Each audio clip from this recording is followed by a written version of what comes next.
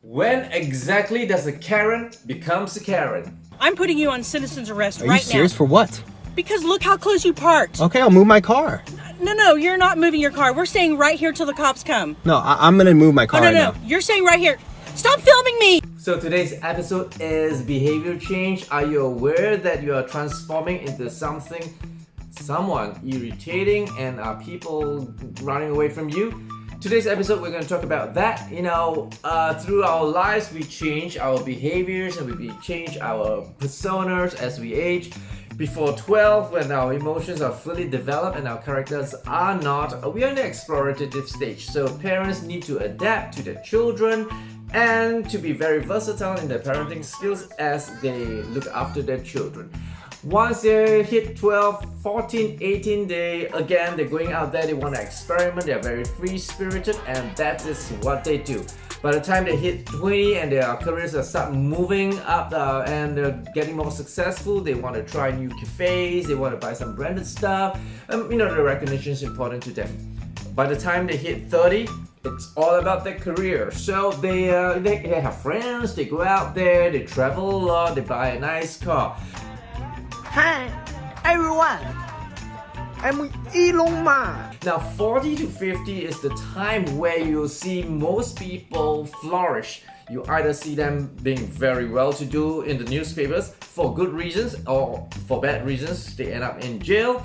That's the time when I felt the career exploding the most. Okay, this is the time where you feel that they are realizing their full potential, because by the time they hit 50, they become a bit more philosophical and they start asking, what is life all about? So that is the point I want to make today. When does a Karen becomes a Karen? You see, when you see a Karen, Get off the hood of my car. No, I'm not moving! or a can't, the rule of thumb is this: they want to impose their views upon others, and that is why others will sit behind and start shouting, hey Karen. They want to impose their views on others. So when did this develop? When they hit 30s or 40s, they start adopting values and they take positions that they will not shift. So you could be a pro-Trump or anti-Trump, you could be pro-vax or anti-vax, you could be pro-mask or anti-mask. So if you are pro-mask and then when you see someone not wearing a mask, you say, hey, you gotta wear a mask, and I tell you why you need to wear a mask, and then you try to give all your facts and all your figures. Now the anti-mask says, why? I'm sovereign, I have a freedom of choice. So that is what happens.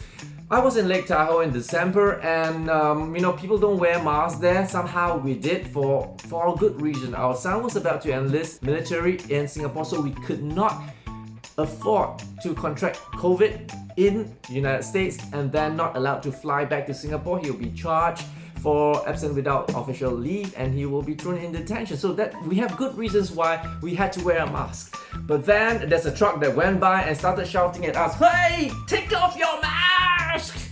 And I said, we can't, we're too ugly! Okay, whatever. So, what's the point here? The point is, when do you start transforming into a Karen? It's when you have too much of this baggage, these values that you impose on others.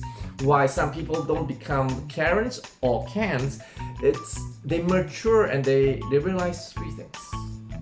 The world doesn't revolve around them, others have their own point of view, and you can't save the world. You see, I'm going to slow down here, I'm going to tell you something. I have friends who have the third eye. They actually can see people in trouble when they're in the subway or in a restaurant. They actually see past them like a psychic, and they can tell if this person's having a bad day, about to be cheated, going through a divorce. They can do that. And I asked them this question: do you help everyone? And they replied, it is impossible to help everyone. Sometimes we just gotta let it go. And I said, why? If I had that superpower, I would help them. He said, you can't. Everyone has a problem. Then I asked, when do you help? He said, or she said, when you're called upon, when you know that that's the one that you need to reach out to. I guess being a non-Karen or a non-Ken is something like that. You just know when you should fight a battle and when you should not fight a battle and let things go. I know some of you would disagree, and I'm okay with that. You can leave your comments below and tell me what you think. I don't claim to be right all the time. I'm just a body language and behavior expert, and this is my point of view. But the whole point of this video is if you are aware that you're transforming into a grandma, we call it Grandma-fied, or in Singapore we call aunty-fied. See, because when you become a grandma, because your child give you a grandchild, and then your motherhood instinct or fatherhood instinct kicks in, and now you're telling your children that you need to be a mother this way because that's how I was, and you try to impose your values on your child and to tell them how to raise a kid. Now, your child wants to experiment and want to explore being a mother or a father on their own. And after a while, you are no longer welcome in their house. Okay, so if you can be aware of that behavior, whether being a grandma or auntie or whatever age you are watching this video right now, you start to change and people might like you better, or on the flip side, they might like you less.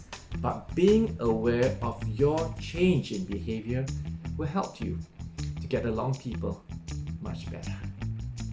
If you like this video, please subscribe. I only put up videos when I think it's time to put up a good video. I'm Christian Chua. See you later.